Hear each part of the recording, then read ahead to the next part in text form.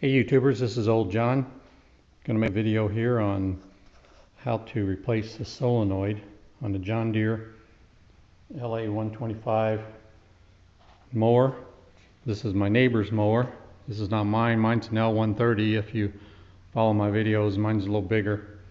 This one's about, I think, 4 or 5 years old, and put a new battery in it, and it's just not getting power to the starter to start it up. So I've already gone through and narrowed it down to the solenoid, but I want to show you how I did that.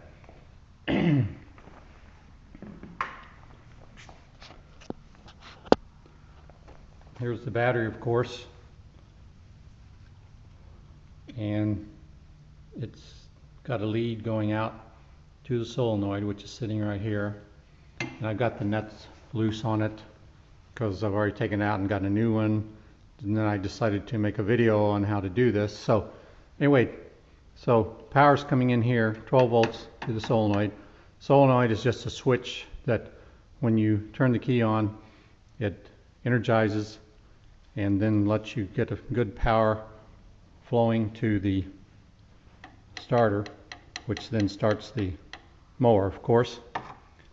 And one way to tell if it's your solenoid is simply by jumping between this nut and this nut, because this is the flow, current going in, current going out. And if this solenoid's bad and you bypass it and you get power to the starter, then you know, that's one way of knowing you've got a bad solenoid. You can also test the voltage going in and out too, and we'll do that first. So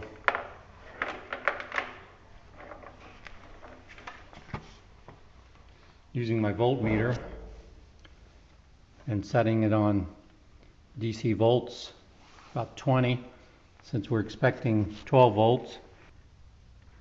Okay, using one hand here, got the red lead under the top nut of the solenoid and to the negative on the battery, and I'm getting 12 something volts, which is good. Now holding the lead red down to the bottom bolt of the solenoid and the negative on the negative terminal, I'm getting 0 volts. So that's telling me electrically that solenoid's not working.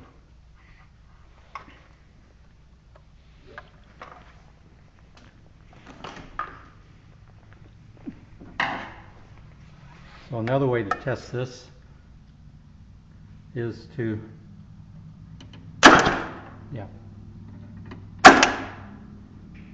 take a screwdriver and put it across both nuts and see if it actuates.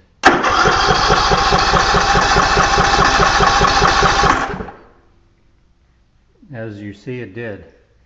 So that's also telling me that the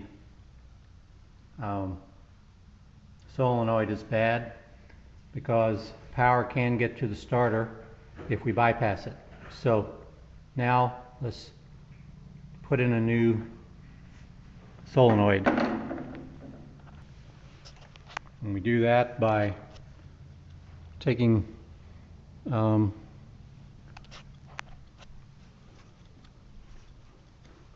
these nuts off, and I've already loosened them, so I'll just take it off my hand. There's a top nut.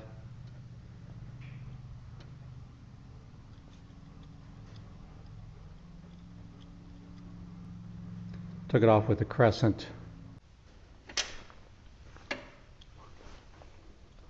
So you take the main lead off the battery. So we have 2 nuts like that. Take the bottom one off.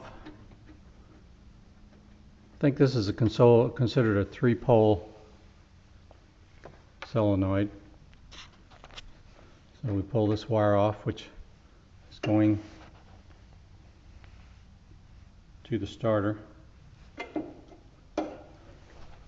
And there's these 2 wires on top, and I'm not sure if it makes a difference which is which, but in my case the purple is on the right. These simply pull off like so.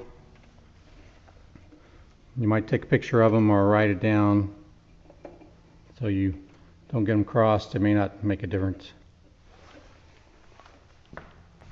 And there are simply two nuts holding on at the base of the solenoid.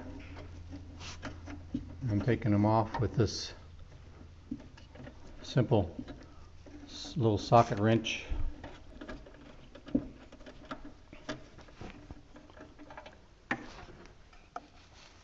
Looks like it's a 5/16.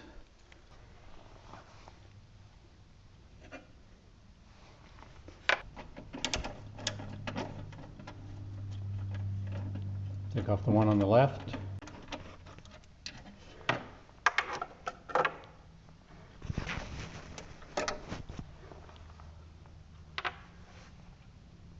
So those are your bolts and nuts. So lift out the solenoid. There's the old one.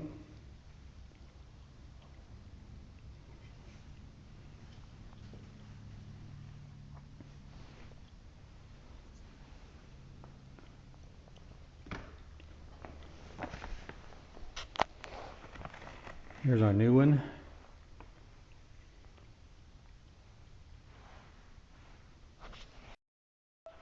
Okay, these nuts are like 7/16, so I've put them on here. I'm going to tighten them on with the same tool. So I've put the 2 nuts on here, and I'm just going to tighten them down now.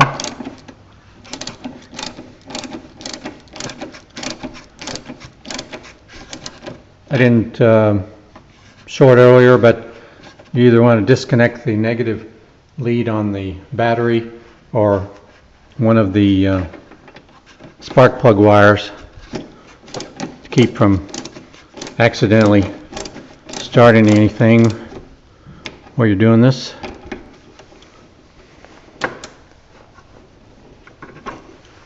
Okay, so it's in.